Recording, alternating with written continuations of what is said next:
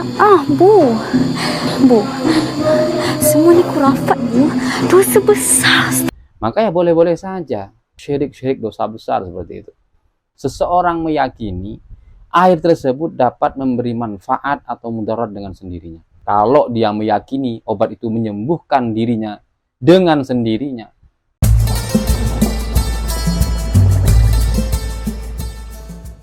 Assalamualaikum warahmatullahi wabarakatuh.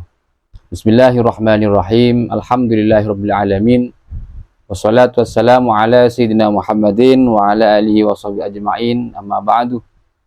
Pemirsa yang semoga selalu berbahagia, di kesempatan ini saya mau menjelaskan tentang hukum minum air bekas cucian dari kaki orang tua atau guru.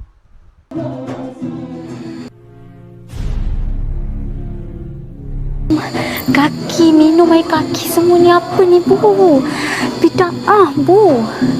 Bu, semua ni kurafat, Bu. Dosa besar. Astagfirullahaladzim.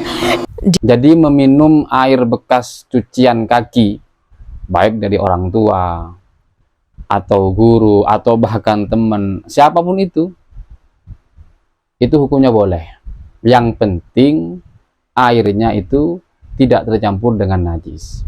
Tetapi kalau diketahui secara nyata bahwasanya air tersebut tercampur dengan benda najis, ya mungkin kakinya ada najisnya, kemudian dibasuh, kemudian itu diminum, maka hukumnya haram. Kenapa haram? Karena ya mengkonsumsi air najis.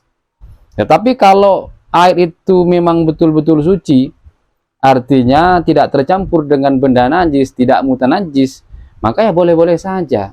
Jadi hukumnya sama saja seperti minum air mineral seperti itu. Karena memang yang diminum bukan benda najis. Memang sebagian orang tua, karena saya juga punya kerabat yang apabila beliau itu mau berangkat kerja, beliau itu minum air susu, beliau itu minum air bekas ibu, ya seperti itu. Nah, jadi sang ibu itu sebelum membasuh kakinya sholat dulu, berwudu dulu, artinya betul-betul kakinya tuh dalam keadaan bersih, suci. Nah, kalau seperti itu kan nggak ada masalah, ya. Jadi boleh-boleh saja, yang penting airnya itu tidak terkena najis. Boleh, ini secara hukum fikih. Nah, kemudian yang kedua, nah ini yang paling penting karena berkaitan dengan akidah, ya. Jadi jangan sampai kemudian memang misalkan airnya sudah suci, tidak tercampur dengan najis, secara hukum fikih sudah aman-aman saja. Tetapi apabila tidak disertai dengan i'tiqad, dengan keyakinan yang lurus, yang benar, itu bisa menyebabkan kesyirikan. Ya, bahasanya yang perempuan istrinya Walid itu syirik-syirik dosa besar seperti itu. Atau kekufuran seperti itu. Kenapa? Karena hal itu bisa terjadi apabila seseorang meyakini air tersebut dapat memberi manfaat atau mudarat dengan sendirinya. Artinya, dia meyakini bahwasanya jika saya meminum air itu, maka saya akan menjadi orang sukses. Maka saya akan menjadi orang beruntung dengan sendirinya tanpa kehendak dan kuasa Allah Subhanahu wa taala. Jadi kalau seperti itu, meskipun secara hukum fikih air itu boleh diminum, namun secara akidah apa yang ia yakini menyebabkan ya itu kufur.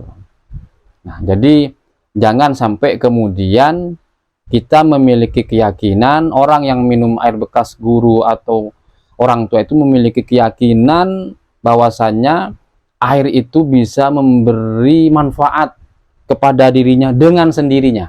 Tetapi kalau misalkan air ini bisa memberikan keberkahan pada saya atas izin Allah, atas kuasa Allah, itu tidak sampai jatuh kufur. Jadi kalau mau bahas masalah syirik, membahas masalah kufur, tidak perlu jauh-jauh minum air sebenarnya. Nah, minum obat saja, kalau dia meyakini obat itu menyembuhkan dirinya dengan sendirinya, itu bisa menyebabkan kekufuran. Atau makan saja, makan, ya, kenyang. Artinya nasi itu betul-betul membuat kita kenyang dengan sendirinya. Artinya memiliki sesuatu yang memiliki manfaat dengan sendirinya, itu juga bisa menunjukkan kekufuran. Jadi sebenarnya sesuatu yang berpotensi untuk kesyirikan bukan hanya minum air bekas cucian, tetapi segala sesuatu yang bisa memberi manfaat kepada kita, kalau kita salah dalam meyakini, itu bisa menyebabkan kekufuran seperti minum obat dan semacamnya. Jadi semuanya itu bisa dilakukan dan insya Allah selamat apabila berdasarkan dengan ilmunya. Tetapi kalau tidak diilmui itu berbahaya, karena hal-hal seperti ini yang rawannya ke akidah. Ya, kalau secara hukum saya rasa sudah sama-sama paham. Yang penting tidak ada kotoran ayamnya lah, misalkan begitu. Kalau kaki kan kalau nggak kotoran ayam, kalau orang-orang desa itu kan seperti itu. Ya, artinya suci, sudah sholat ibunya kemudian diminum, atau gurunya, apalagi seorang guru, orang alim ya, tentunya pasti tidak akan membiarkan santrinya meminum air bekas cucian, apalagi dalam keadaan mutanajis, kan nggak mungkin itu.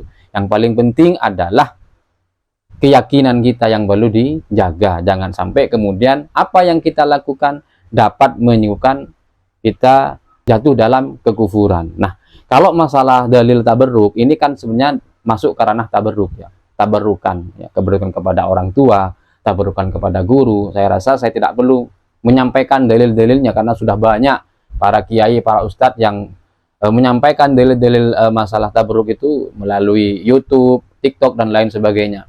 Nanti kalau misalkan para pemirsa ingin tahu bagaimana dalil-dalil dari tabarruk ya, kepada orang tua, kepada orang soleh, kepada guru, nah, itu bisa dicari nanti pencarian di YouTube itu, siapa itu Kiai Idrus Romli, ya, Buya Yahya dan banyak lagi yang dari kalangan ulama ahlu sunnah wal jamaah yang menjelaskan masalah terkait.